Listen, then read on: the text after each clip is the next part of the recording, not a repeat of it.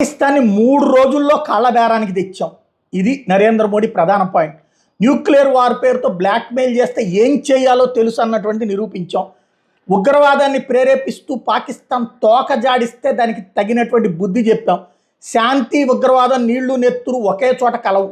ఉగ్రవాదం ఉన్నంత వరకు పాకిస్తాన్తో శాంతి చర్చల ప్రసక్తే లేదు అని తేల్చి చెప్పారు. పాకిస్తాన్తో చర్చలంటూ ఉంటే పీఓకే పాక్ ఆక్యుపైడ్ కాశ్మీర్ మీద మాత్రమే తేల్చి చెప్పారు. యుద్ధం మా ప్రాధాన్యత కాదు, అలాగని ఉగ్రవాదాన్ని సహించమని స్పష్టం చేశారు. తోక జాడిస్తే మేడ్ ఇన్ ఇండియా అస్త్రాలు ప్రయోగిస్తామన్నటువంటి విషయాన్ని స్పష్టంగా చెప్పుకొచ్చారు.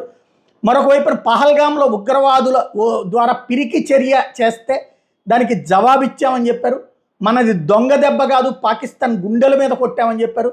భారత్ మీద మళ్ళీ దాడి చేస్తే ముఖం పగిలిపోయే సమాధానం చెప్తామన్నారు.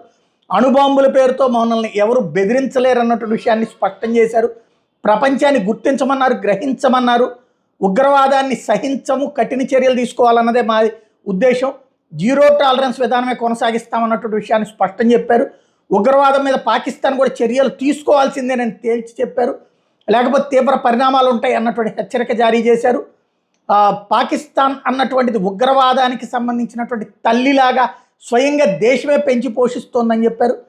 ఇప్పుడు జరిగినటువంటి ఈ అంశంలో ఆపరేషన్ సింధూర్లో సాహసోపేతమైన ప్రదర్శన చేసిన త్రివిధ దళాలతో పాటుగా బీఎస్ఎఫ్ లాంటి ఇతర అన్ని దళాలకి హ్యాట్స్ ఆఫ్ చెప్పారు.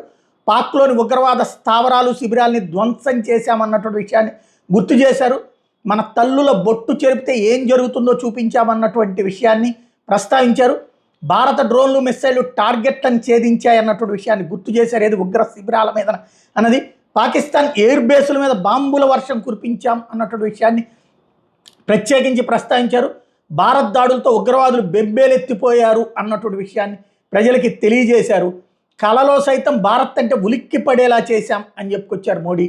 అదే సందర్భంలో మన దొంగ దెబ్బ కాదు, పాకిస్తాన్ గుండెల మీద దెబ్బ అని చెప్పుకొచ్చారు.